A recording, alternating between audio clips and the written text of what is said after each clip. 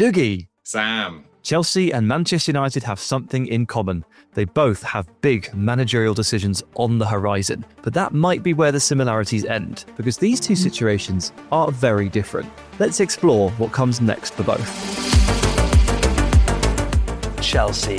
Andoni Iraola, Marco Silva, Xabi Alonso. But he's somebody who's been discussed at Chelsea at the moment. I wouldn't go anywhere near. I think Fabregas would be the right man for the club. Would Cesc be mad enough to take that job? I think maybe leave Frank alone on this one. Let's talk about Oliver Glasner. Another good win for Michael Carrick. He's going to be the Manchester United manager. I've said it for years, I'd like to see Atletico Madrid, Simone go in there. Simone. I'd like to see him go in there. Number one for me, Thomas Tuchel all day long. If you're Sir Jim Ratcliffe this morning, without a doubt, the man you go for is Unai Emery. Absolutely. I would love to give Ollie another go. Go and get Keane. Yes, hello everybody and welcome to another episode of The Truth. I am your host, Sam Tighe. Joining me from afar again is Dougie Critchley. My bad. Dougie, hello.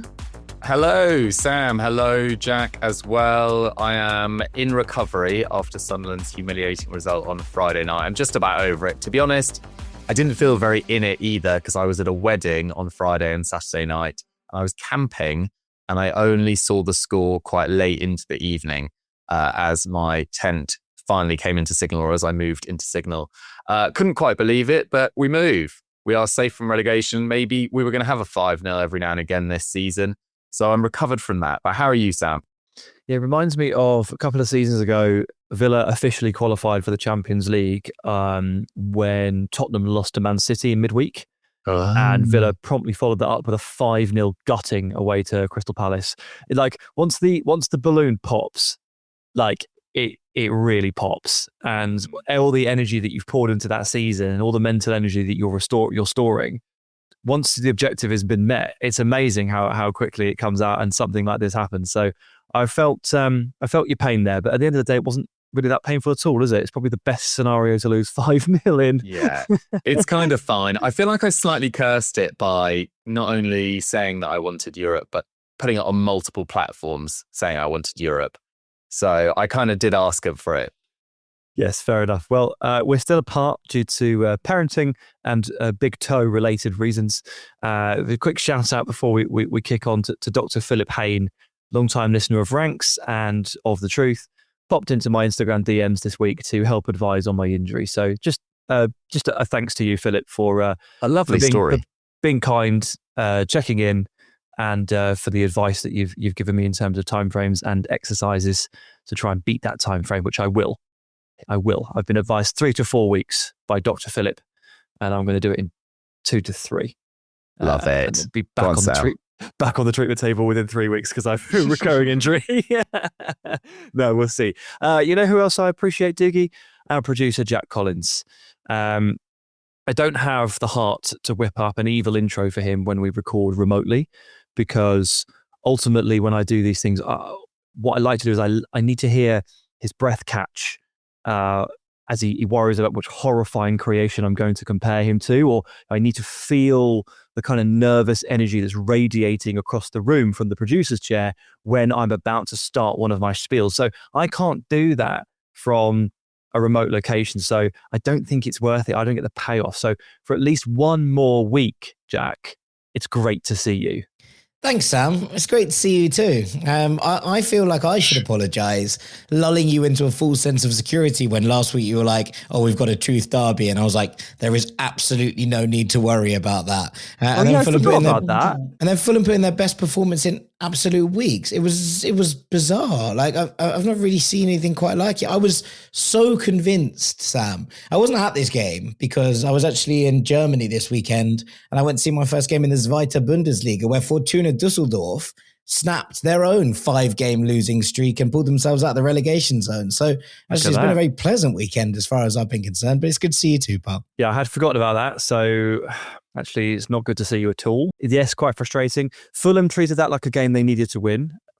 Villa treated that like a game that was quite genuinely an annoyance on schedule. And it's not fair. It's not a good way to approach things, but Villa do occasionally get into one of those modes. And with a European semi-final on the horizon, I guess you can kind of understand it, but you have to treat each game with respect. And I think at least in the first half, they genuinely treated the fixture as an inconvenience and got punished for it. So I think it could have been another 90 minutes and Villa wouldn't have scored. Not good enough, but that's not what we're here to talk about.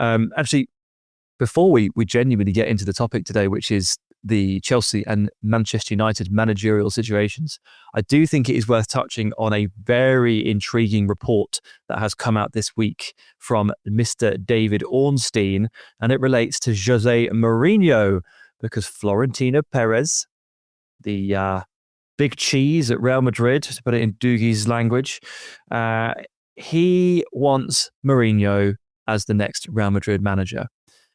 Not everybody at the club agrees, according to Ornstein's report, but based on what I know about Real Madrid and Florentino Perez, that doesn't really matter, because what Perez wants, Perez gets. And Mourinho has a €3 million release clause in his contract at Benfica at the end of the season. So, Jack, I'd like to ask you in a moment about Jose's season back in the Portuguese league with Benfica and kind of the analysis of that. But to begin with, Dougie, I mean, I don't know what it is, but I actually just didn't really ever see Mourinho returning to that top table of management in European football for whatever reason. I think maybe just, obviously bouncing around at Fenerbahce and Tottenham and Benfica. I figured that he had, a Portugal national team job in him, and that might be it. But for him to return to this level, it's kind of, as a concept, it's really kind of shocking to me. So do you feel the same, or did you always expect him back? No, I absolutely feel the same. I think it's probably an indication about the lack of patience at Real Madrid with their current situation, because they're now miles off Barcelona in the La Liga title race. They got knocked out of the Copa del Rey by a second-tier side in Albacete. They actually put up a reasonable fight, I think most people would say, against Bayern, but they still did concede 6 goals across 2 legs. And they're looking at a second successive trophyless season in the 3 major competitions. And that is the first time they've done that, gone 2 seasons without a win in those 3 major competitions since 2010. And what did they do in 2010? They hired Jose Mourinho for the next 3 years, which is quite an interesting twist of fate. Come on. I know, it's crazy. And that first stint, yes, there was an amazing La Liga title win with 100 points, still the joint record in La Liga, although Barcelona then matched it the following season, which was pretty frustrating. But by the end, like with most Mourinho jobs, it was marred by infighting. He fell out with Casillas, he fell out with Benzema, he even fell out with Cristiano Ronaldo.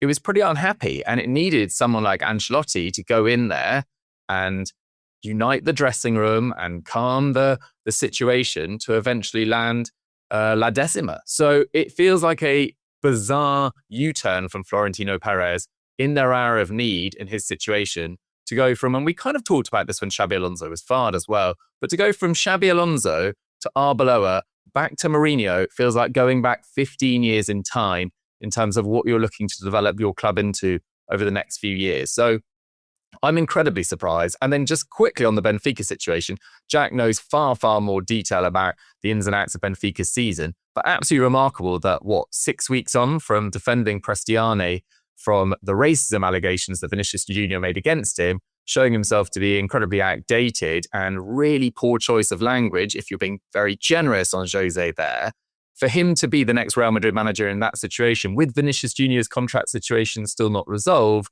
is just an extraordinary turn of events. Yes, that is very fair. I hadn't considered that either. Didn't know about the parallel, and hadn't considered that. Because a good job you're here, Dougie. It's a good job you're here to drop the analysis. Look, we say football's cyclical, don't we? And maybe with Real Madrid, it's a case of cycling through personalities, going from one to the other and back again. So if they've gone through Carlo into Xabi Alonso and then calmed it back down again, maybe they're too calm. Maybe they need to go explosive again before in a couple of years going back calmer again. Maybe that's just the way it has to be. But Jack, Jose at Benfica this season, what's the verdict? It's been a bit of a strange campaign, and there are historical parallels to draw here as well. But Benfica, as we speak, are currently unbeaten in the Primeira Liga. They've played 31 games, they've won 22 of them, they've drawn 9 and lost 0. There is a relatively high chance that they finish the season unbeaten. They still have to go away to Famalicão, they still have to host Braga. But considering what we've seen from them over the course of the year, they have been, a side who have been difficult to beat. The problem is that they're probably going to finish third. Now, Benfica have actually completed an unbeaten season before. Happened in 77, 78, where they went unbeaten but were outgunned on goal difference by Porto. But to finish third, and we're recording this before Sporting play in midweek, and they would go back ahead of them on goal difference and quite considerably on goal difference as well if they were to win that game. Sporting are almost certainly going to win the Taça de Portugal, considering their opposition in the final. We've seen Vitória win the Taça da Liga, which was a bit of a random one in the first place, and Porto are almost certainly from here going to win the title. So we're at a really odd place where he's managed to complete this unbeaten season, but Benfica will go trophyless over the course of the season and might well finish third despite not losing a game in the league, which is a really hard thing to kind of put into context, I think, because you're looking at a season and thinking, well, going unbeaten is impressive, but you've drawn way too many games.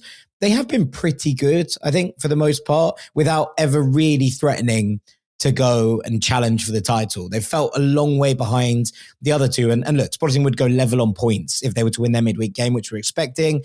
But I think that given their, what happened with them in the Champions League and the fact that they will probably win a trophy, almost certainly win a trophy, they will feel like two very different seasons. I think that Mourinho has done pretty well from an on-pitch perspective. But, to touch back on Dougie's point there, like a couple of weeks before those games, and with that Benfica game that happened in the last round of the league stage before they then went and played again in the playoffs, I made a point on the radio being like, you know what? Mourinho going back there doesn't feel like the worst idea in the world. 3 weeks later, I had to completely take that point back and be like, absolutely no way. Surely he couldn't be welcomed back to Bernabeu after what's transpired here. But, things change very quickly in football. I mean, I've set my stall out quite heavily that I think that the person that probably should take over, if I was to pick someone who feels like they actually might take the job at Real Madrid, is Didier Deschamps. Like, it feels like the kind of person who might be able to manage that dressing room. I'm not 100% sure that Mourinho going back is a particularly good idea for anyone, for him, for the club, for this group of players.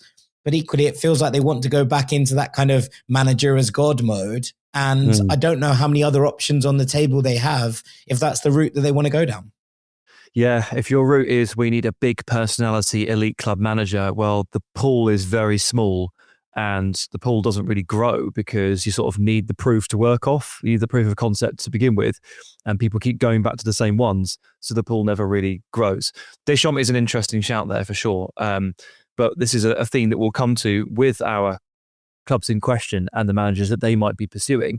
The World Cup is really annoying for these clubs when they are looking at these managers because the World Cup will start in June and end in mid-July, and all the successful nations will be playing well into July, which means that if you were to take one of these managers, you're doing it very, very late in the summer. You're heading into like a month before the season. You wouldn't technically have a man in the dugout yet. So another complicating factor there for sure. But what struck me about Benfica, Jack, and you've said it there, is they are on the cusp of an unbeaten season, and at no point have they looked like they're in the title race, which is just such a weird situation. But it's true. At no point has anyone really thought that they could catch Porto or really mix it with Sporting. It has felt 2 horse, not 3, and yet they're the team that might go unbeaten. Very strange. Let's go into the main topic then. Let's talk Chelsea, Man United. Dougie, do you want to start with Chelsea? Yeah, I think Chelsea is obviously the club that is currently without a sort of interim, or I mean, they do have an interim, but a sort of reasonable bet as a long-term successor, because I don't think anyone thinks McFarlane's going to get the job on a permanent basis, although with Clearlake's recent decision-making, who really knows? Because they are looking for their 7th permanent manager, and they're coming to the end of their 4th season in charge of the club. They are now 8th as we record this. They are 10 points off 5th place Aston Villa with 4 games to go. It seems almost impossible for them to qualify for the Champions League, which, given the amount of money they've spent over the last 4 years, is really pretty shocking this late in the project. Rosenior was obviously the latest to be sacked in terms of permanent managers on the 22nd of April, just over a week ago now. And he finished with a 48% win percentage, which was their worst since Graham Potter, who was the first manager that Clearlake looked to appoint after getting rid of Thomas Tuchel real sliding doors moment in Chelsea's recent history. What I've kind of done is sort of ranked 3 options. I'll do them relatively quickly because I think they're very well-known managers, and I think there will be some interesting talking points on the back of them as well, because I'm sure Sam and Jack will have some thoughts about whether they're feasible.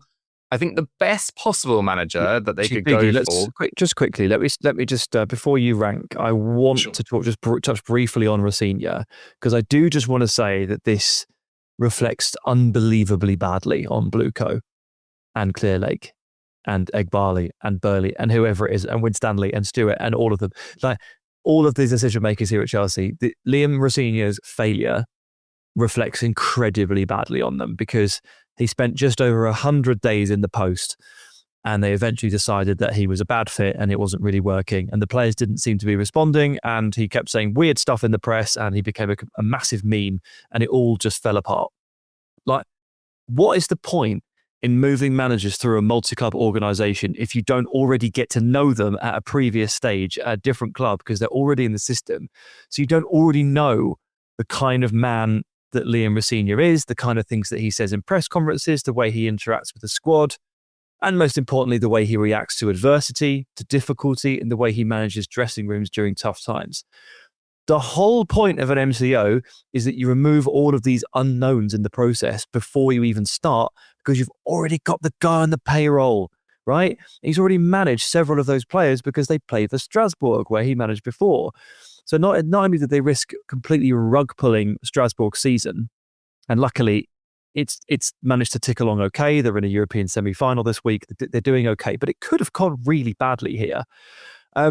They also put the wrong man in the post for Chelsea and made things worse. So MCOs are supposed to help with this stuff. And Chelsea have got this just so unbelievably and incomprehensibly wrong. I just couldn't believe it. So I think I needed to get that off my chest to start with, because I'm absolutely stunned at how poorly this has gone, when really things were set up for this to go right, not wrong. But Chelsea are on the lookout for a manager once again, as you can say. So what's your top 3, Dougie? And I think we should go 3 to 1, not 1 to 3. Yeah, absolutely. Yeah, no, I completely echo your thoughts. I don't really have any faith in Chelsea's hierarchy to get this right. And I'm not sure that they're going to get the caliber of manager that they probably have in mind as well. You know, had various people in a WhatsApp group today talking about Xabi Alonso. If you were Xabi Alonso and you've just come off a 6-month spell at Real Madrid that ended in you being sacked pretty unceremoniously and, you know, quite unfairly, I would say, I don't think you go into the sort of fire pit that is Chelsea right now. It just doesn't feel like the best option for you when you need to rebuild your reputation. Even if it's not rebuild your reputation, you know, you want your next club to be stable, and Chelsea just feel anything but stable right now. But is he the best option for Chelsea? Right, reverse the question. I think he would be. I think he would be the best option, but I just didn't put forward anyone that I think is super, super unrealistic. Having said that, I think my third choice is quite unrealistic in that it's Cesc Fabregas. I think Cesc Fabregas is the top of the rung of manager that would be vaguely interested in taking the Chelsea job. He's obviously a former player there, spent 4 seasons there, won 2 league titles. His final year as a regular in 16-17 under Antonio Conte was really pretty special. And he's now he's coming to the end of his second year in charge of Como, got them to 10th last year. This is a side that had been in Serie D in 2018-19. We've talked about them on previous podcasts. It's definitely not a rags to riches story. It's not it's a sort of feel-good story in some ways. You know, they've shopped in interesting places. He's put a lot of faith in young players. Sounds relatively familiar. There's a clear style of play. It's very flexible in its approach. And then you also look at the sort of underlying data of their passes per defensive action, so how intense their press is, most intense pressing side in Italy. They've got the second best defense behind Milan. They average the most possession. I think it is probably transferable to a bigger club, but does Cesc Fabregas at this stage of his career want to take the Chelsea job? That's where I have my doubts. You know, if there is going to be speculation around Arteta this summer, whether I think he should lose his job or not, I probably suggest not. If that Arsenal job is going to become available in the next few years, or that Barcelona job, or just a generally more stable outfit than Chelsea, would he jump at the chance to go to Chelsea right now? I'm not so sure, but he's definitely a candidate that you should consider, in my opinion. Yeah, I think he's a great shout. I think his playing style that he coaches is very translatable. I think he also ticks pretty much all the boxes I think are on the Chelsea front office's form. Like, it can never 100% tell, but obviously his ability to bring through young players and make young players better is a hugely important skill in the context of a Chelsea squad. You also have the glitz and the glamour of him as a former player. As a former player, where obviously he was fantastic, not only just a world-class footballer, but also happened to be a title winner at Chelsea. That always helps.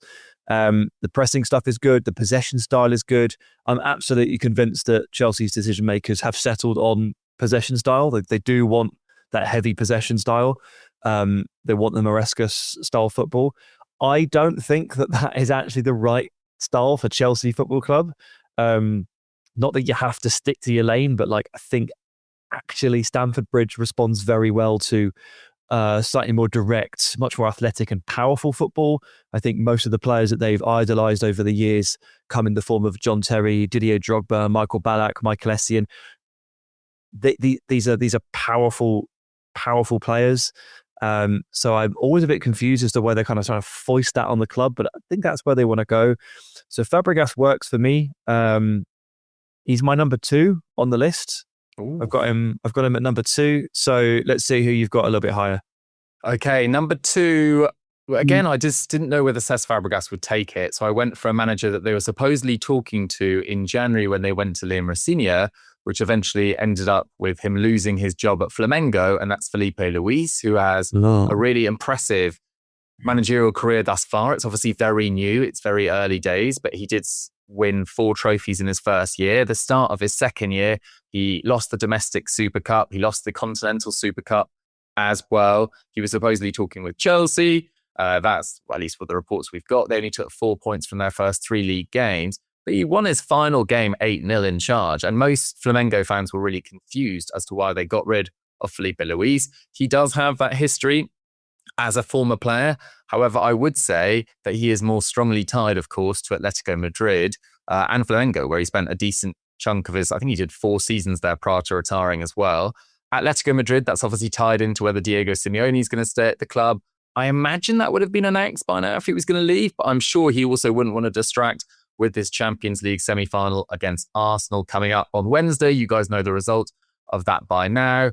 And Atletico Madrid's season really does come down to that Champions League semi-final. And the idea of losing Griezmann and Diego Simeone in one summer might just be too much for them to even think about right now. But this is a manager who has a really, really promising reputation from everything I've read today, particularly when I was doing a little bit of a deeper dive into him. But it would be a relatively raw appointment, and having struggled with Rosenior and his lack of experience, would they want to take the risk on someone that doesn't have that many games under his belt either? But I did think he was more realistic than Fabregas. Oh, he's certainly more realistic because he's, as far as I know, he's out of work for a start. Hasn't managed in Europe, so could be looking for that step. I don't think he'd be too concerned about that first step being Chelsea, whereas Fabregas is in a slightly different position. He's not on my list because I really don't know much about him as a manager. I'm very aware of the fact that he got sacked after such a result. I know that he was very, very successful in his first season, and he comes with great plaudits, but I don't know him very well. I remember him as a footballer. He was very good. I was a big, big fan of Felipe Luis, but not as a manager, so I left him off. In my third spot, I put Andoni Iraola. Yeah. Now, I did and ah about this because I have been going back and forth here a little bit in terms of where Iraola should go next. And fundamentally, I don't actually think he should stay in the Premier League. I have basically just, in my own, in your own head, when you just decide how football's going to go, in my head, Iraola is going to become the manager of Borussia Dortmund. Ooh. And it's going to suit him really well because his sort of very energetic out of possession style will suit the Bundesliga really well. That will mean that he can implement it at a top team and it will still kind of work a bit better. And it will give him the room to breathe and maybe develop the in-possession stuff a bit more away from the Premier League, which is just so hard to do because if you do it wrong, you just get relegated. So ultimately, I think Iraola should go to Dortmund. However, I started to get the feeling that's not going to happen, and that he's clearly in line for one of these big jobs, or at least the talks are happening. And there's a big part of me that looks at the Chelsea squad and I think, yeah, they actually suit Iraola really well. And there is development to be done there from Iraola's side in terms of the in-possession play, because that doesn't quite fit the Chelsea MO. But the crowd would love the energy that he injects into the team. And he'd certainly be a better fit than, say, like a Glasner or a Thomas Frank, because I think I can see Iraola football developing that in-possession side of things. Whereas I don't think I can really see that with Glasner and Frank. I think they are what they are, and they'll stay true to those methods, which will always limit them when it comes to these jobs.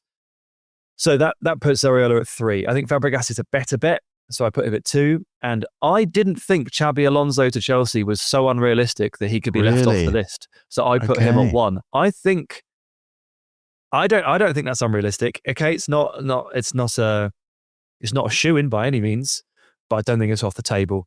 And I think we can both agree, without going into it too much, that Alonso and Chelsea, it would be the perfect combination here from Chelsea's perspective.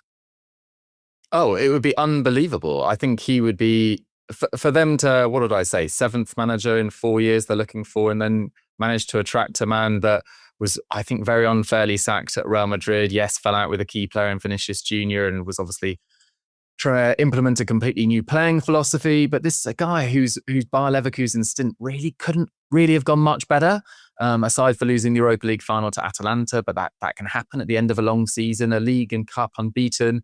Absolutely remarkable, flexible in his style as well, flexible in his formation. I think he'd be absolutely amazing, but I just didn't see him taking this Chelsea job at this stage of his career. Although the rumours about Arne Slot have kind of quietened in the last few weeks as well. I'm not sure whether he's going to be saved by the fact that looks almost nailed on for Liverpool to get Champions League football as well. My first choice, and this is a manager that I suggested on a video for Chelsea that I did a few weeks ago, and I also suggested a few signings for them, so go check that out on my YouTube channel if you haven't already, was Andoni Iraola. I think he would be absolutely amazing at Chelsea. I agree with everything you've already said. He's got that Premier League experience already. I think he's realistic. I think he's the best of the available managers. Having said that, I also really like the Dortmund shout as well. There's something quite symmetrical about him going to Dortmund as a Basque man and the Basque club, Athletic Club, that he used to play for, looking to Edin Terzic as their next manager as well, which is a managerial appointment that came out completely of left field for me, at least, last week. But we talked about Andoni Iraola a lot last week in our ranking manager of the season candidates. I had him right up in 3rd, I think it was, maybe 4th, actually. But yeah, he's done an exceptional job, especially losing so many top players. I think a lot of players would really thrive in his transitional style of play. I can really imagine Cole Palmer, who is so good at gliding and opening his legs up and just eating up ground in transition, really thriving. I think it would suit the likes of Pedro Neto, who's felt slightly lost in a possession style of play. I think he'd be an amazing get for Chelsea. But if they could get Xabi Alonso, I completely agree with you. He would be my number 1 choice. I just didn't have it down as realistic. So independently, we've come up with the same top 3, just in different order. Different order. I had Felipe Luis and you had Xabi Alonso. Oh, sorry, excuse me. Yes, Felipe Luis. But if you'd have lowered your barrier to Alonso, then he'd have been in too. Right, we're on the same lines. That's good. That bodes well for the Man United discussion, which we can launch ourselves into now. It is obviously a slightly different situation. They currently have an interim manager that has done a very good job, has effectively achieved what they needed him to achieve. They are, I think, technically 1 win away from the Champions League, but I think we can pretty safely say that they have done it and got themselves back into that competition. He has won a lot of games since being appointed off the back of Ruben Amorim's "Please sack me" press conference at Elland Road. It's generated a lot of support. You've got a lot of the old, the United class of 92. The old boys are all bigging him up. You've got Patrice Evra singing his praises. Jamie Carragher on Monday Night Football, absolutely adamant that the job should be his. But this comes at an interesting time, this discussion, Dougie, because results over the last 2 months, there's very little to sniff at. However, performances, I would argue, haven't quite matched up to results at points. I mean, case in point, how they got 3 points out of Chelsea at the Bridge the other week. It was just ridiculous, like a ludicrously fortunate game. And the basketball nature of the Brentford game on Monday night was also a little bit of a concern based off the fact that 2 weeks before that, they'd lost to Leeds. And, most of the United fans that I speak to are like, yeah, we're getting the results, performance is not necessarily there. Well, And exactly. underlying data is painting a fairly middling picture for the last 2 months. And I read a really good piece from the Athletics Kyle Anker this afternoon, which effectively said United have got 3 tried and trusted ways of winning games right now. They'll have a counter-attack, they'll have a Bruno set piece, they'll have a Casemiro header. Casemiro's gone next year. Bruno can't be asked to do 20 assists again, and counter-attacking will be more difficult because teams will respect them a little bit more and bottle them up, and they'll have more games to play, so they can't play with such energy. So Carl's point was, can any of this actually continue? And it's an interesting question, because then the issue here around Carrick and what you're discussing is not, he's done a great job, he should be given the job full time. It's, can he come up with a different solution, or was this just a perfect short-term thing? I think it could be a little bit of both, because I think he was, fortunate to take over after Amorim. Sounds a bit weird, but you had a manager that was playing pretty turgid football that was pretty confusing in terms of the personnel used in a style and a squad that, whether that's necessarily all Ruben Amorim's fault, wasn't really built for the system that he was continually persisting with, and his substitutions were very negative. So for Carrick to come in and instantly see an uplift was kind of inevitable. But to this extent, I think is impressive. But I agree with you. If Igor Thiago had not had one of the weirdest striking performances in that first half that I can remember this season, in a campaign where he's been absolutely phenomenal, by the way, but the memes now of him being a Saturday 3 p.m. player are just going to persist, frustratingly, because he was dreadful. He was dreadful on TV last night, and he's had a brilliant campaign. I found that a little bit annoying from his perspective, at least, because I do think he's a very talented player, had a great season. But the questions are going to be asked, because, that's back-to-back, recent wins, let's say, against Chelsea and Brentford, where they've definitely been pretty fortunate to finish up with 6 points. But I'm going to get on to Carrick in due course, because I do have, similar to Chelsea, a top 3. And there's going to be a lot of managerial change in the summer in the Premier League, of course. Marco Silva's out of work. Iraola's leaving. Marco Silva's out of contract. Oliver Glasner's leaving Crystal Palace. But I think the third best option for Man United this summer could be trying to get Eddie Howe. Interesting. Now, Eddie Howe's time at Newcastle, I would say, has been pretty faultless. However, it is definitely meandering, and they've kind of lost their way this season in a campaign in which he didn't have any help from their hierarchy in terms of their transfers last summer. They obviously lost a player that everyone thought was the best striker in the Premier League last year in Alexander Isak, and just because he's broken his leg and been poor for Liverpool doesn't change the fact he was that important for Newcastle. They have to sign 2 strikers very late in the window, one of which got off to a flyer, then hasn't really recovered from sort of October, November drop in form. What happened, Dougie? What did he do that knocks him off course? Well, it might be scoring the own goal in the derby, but I think that's too minimalist. I don't know. I really don't know. I think he's been misused at points as well. He's just really lost confidence, which can happen with a young player joining a new team. But Johan Wyss has been a really poor addition. Anthony Elanga had a great tie against Barcelona. That's pretty much it from his entire season. It's been a bit of a shambles. Will he be frustrated with how Newcastle are operating right now? Yes. Will Newcastle fans be more 50-50, if not 60-40, how it can go than ever before? Yes, I think so. What is the future of Newcastle United, with the PIF announcing in the last few days and seemingly to suggest that they are dropping their interest and their investment in sport? What ramifications does that have as well? Will he be fed up if one or more of Gordon, Tonali or Bruno Guimaraes is sold? Absolutely. It might just be a natural parting of ways. And I think Eddie Howe is a really talented manager who has done great work at Newcastle, particularly when they've been out of Europe, which is my concern for next year at Man United. But it might just be a case that both club and manager kind of need a bit of a fresh start. Okay, so you just touched on it there very briefly. You buried the lead there, Dougie. Eddie Howe's inability to juggle 3 games in the space of a week or so with that European schedule has hurt Newcastle in their last 2 European campaigns. And he has so far shown absolutely no ability to improve the situation.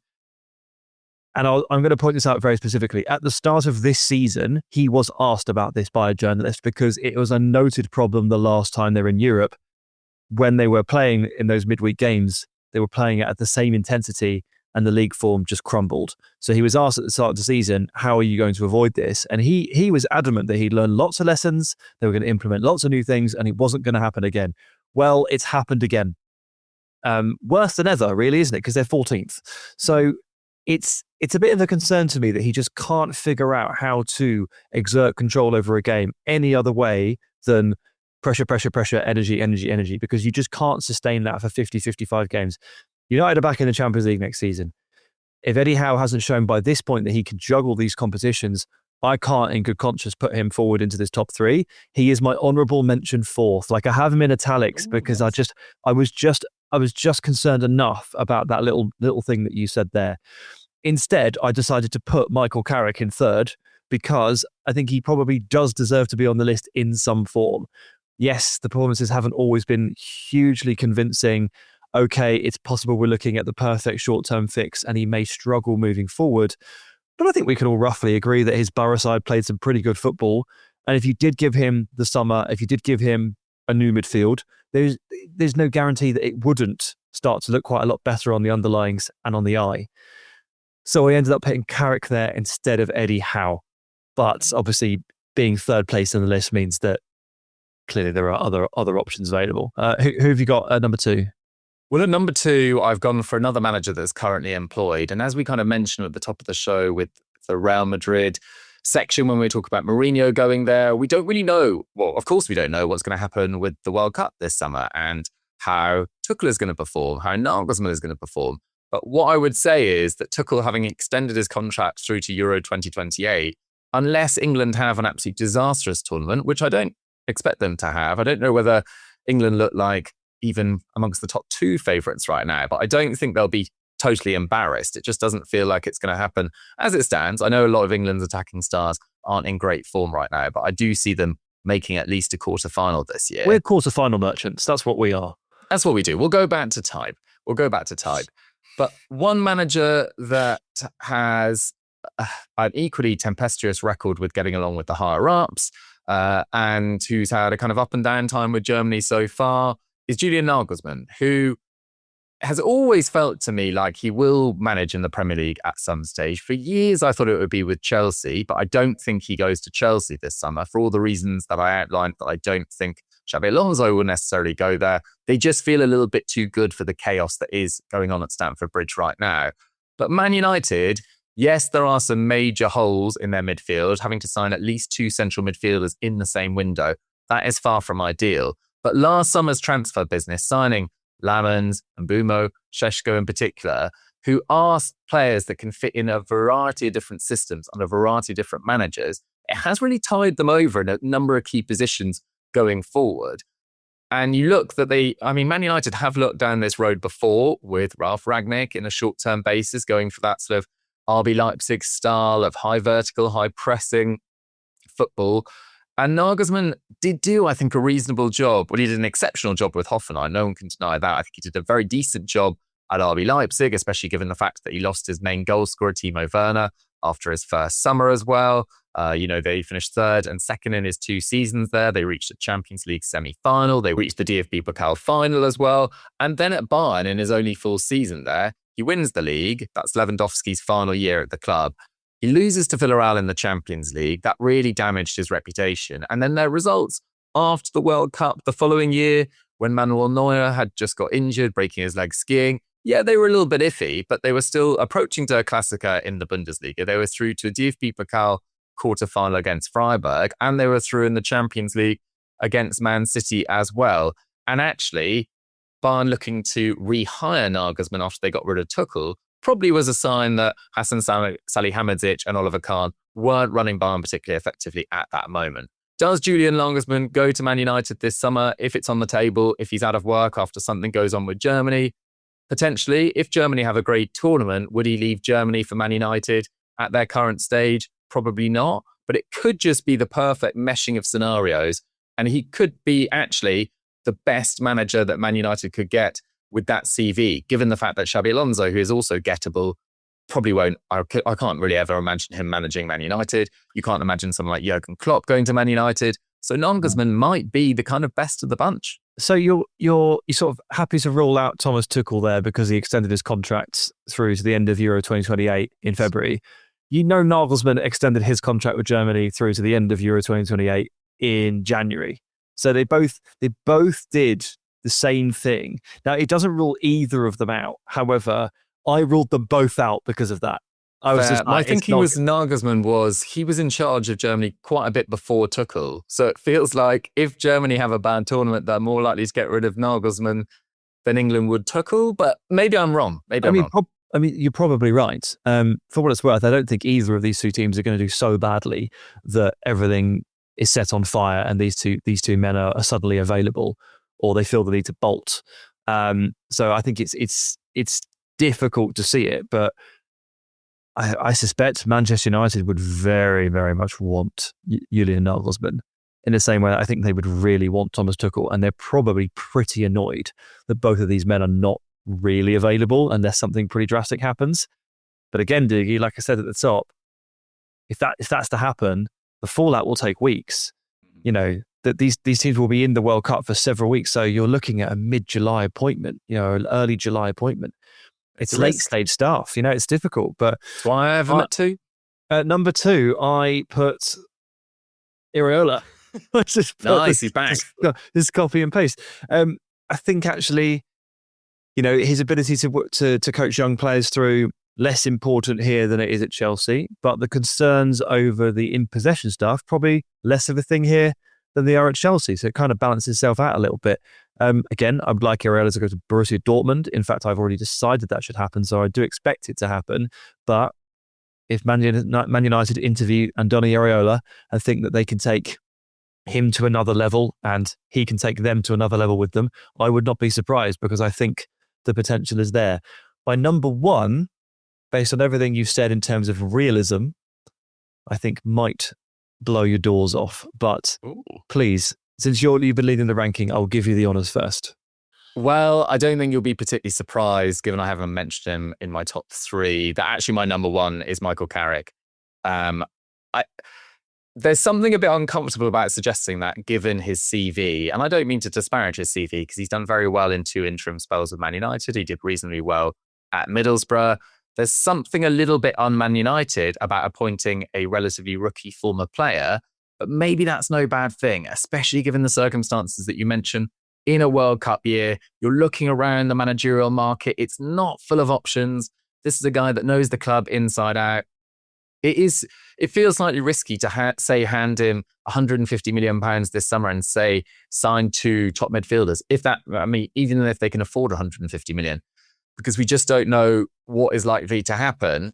But short of one of Tuchel and Nagelsmann being available this summer, I don't necessarily see a manager capable of dealing with all the maelstrom and all the media attention that goes on with Man United, as well as Michael Carrick.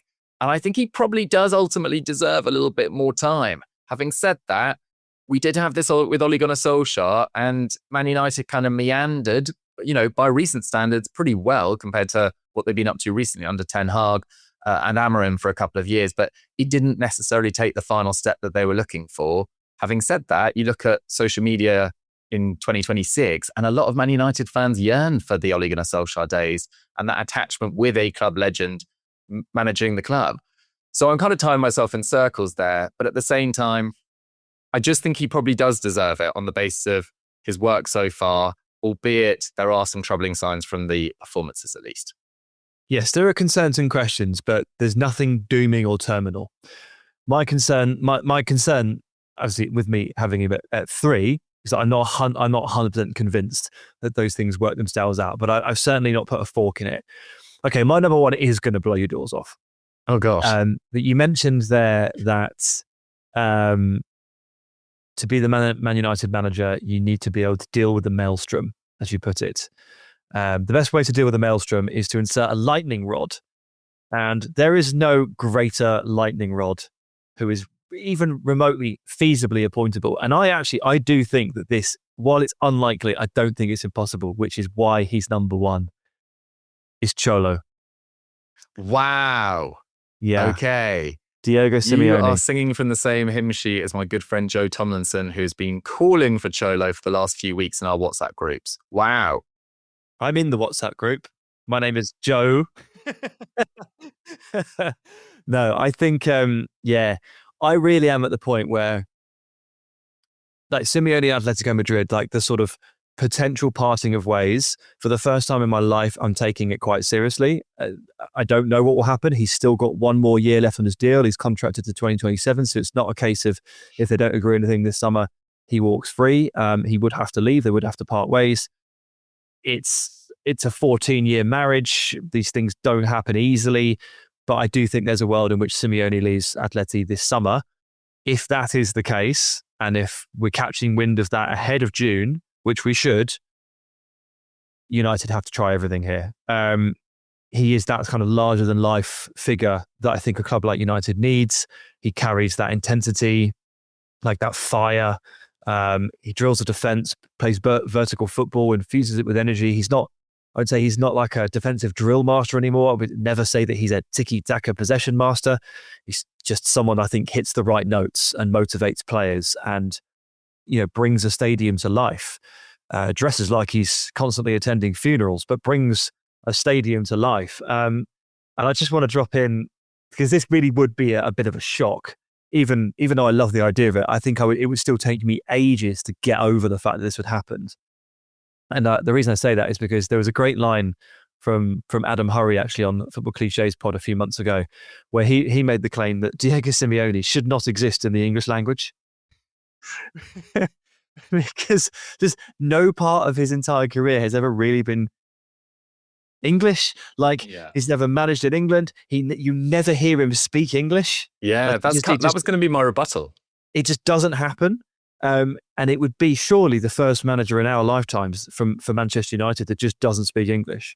I mean, you get used to it a little bit with Chelsea, and you've seen it over the years with Arsenal to a point and other clubs, but Man United managers speak English, right? And Simeone, I don't think would. It would be mind-bending. This disappointment would be, and I completely accept that.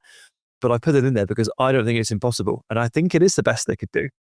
Yeah, I mean, Joe's theory that he keeps on shouting about in our WhatsApp group is Man United need more devil in them. They need to be more nasty. And he thinks Cesco's going to turn into one of the best strikers in the world when he gets that devil, and he wants Simeone. That was going to be my rebuttal, that he's never shown much inclination to manage in England. I don't think he speaks great English. It would be a complete culture shift. And there is actually a little bit of similarity. Obviously, Man United are not an underdog whatsoever historically and financially in this country. But right now, against the superpower that is Man City, Liverpool have been above them in recent years by a distance. Arsenal are much more set up for future success, whether they get over the line this year or not.